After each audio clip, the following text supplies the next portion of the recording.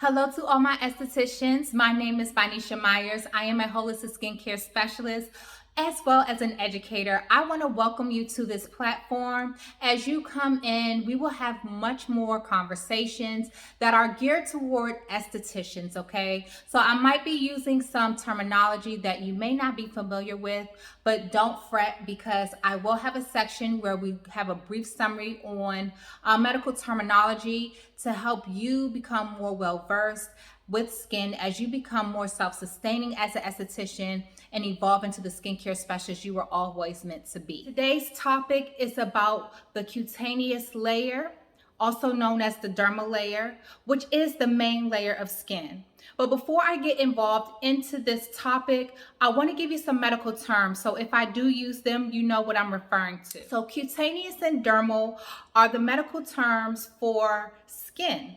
All right. So if you hear me say dermal or cutaneous, just know that we're talking about skin. Okay. The first point I would like to make about the dermal layer is that it is about 1 to 4 millimeters thicker than the epidermis. Okay. So this is good information to know when you are thinking about treatment, right? Now, when we're looking at microneedling, depending on what state you're in, some states estheticians are able to do microneedling. You are thinking about going past the epidermis, which is above the dermal layer, into the dermis to help stimulate that collagen production, the fibroblast cells, okay? Because it is located in the dermal region, all right, which I will tell you, I will get a little bit more deeper into that later in this conversation. But because it's in the dermal region, you want to go through the epidermis into the dermal region to stimulate those fibers. All right, that is what's going to give you the response of injuring the dermal layer to help induce stimulation of the healing process. And essentially, as those fibers are stimulated and produced, we will get the tightening of the skin, we will get the reducing of pore size, and ultimately address those aging signs and symptoms that we're trying to target. All right, so now that we talked about the thickness of the dermis, let's get into the sections of the dermis. There's 2 sections that make up the dermis itself. The first one is the papillary layer. That makes up about 1/3 of the dermis, okay? And in this region, this is where we'll get our inflamed responses, also known as dermatitis, okay? Second is the reticular region or reticular layer. And this is about 2/3 of the dermis. In this region, you have your fibers, also known as your collagen and your elastin, right? And you have your accessory structures, okay? Those accessory structures that are anchored in this area are known as like your sweat glands, your hair follicles, and your oil glands, which produces your sebum.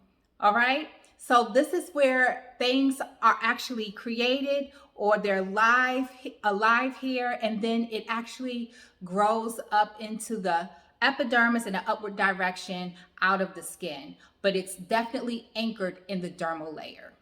All right, so we've come to our last point, and the last fact that I want to give you as it relates to the dermis is that it contains our blood supply. So this is how our epidermis receives its nutrients, okay? Because remember, once we get to the more superficial layers of the epidermis, we're dealing with dead skin. So how do we make sure that our skin remains resilient? It has to be nourished somehow, and this is how. In the reticular region, and it actually goes up to the papillary region as well, we have our capillaries, our vessels, our arteries that receives the nutrients from our body that comes from our food, right? To help produce those aspects of our skin that we need to make sure that it ages well, that it stays healthy, that it stays hydrated as well, okay? So that's the end of our first session, learning the skin at a deeper level. I hope this information was very helpful to you as you learn more about the skin and how to interact with the skin as an esthetician. Stay tuned because there's going to be so much more that's coming your way as we have more discussion about the skin and how to interact with the skin in a treatment room, as well as There will be programs coming soon as we will get much more in depth with training as well as approaching the skin holistically to help you, the esthetician, transform into the skincare specialist that you are meant to be. See you soon.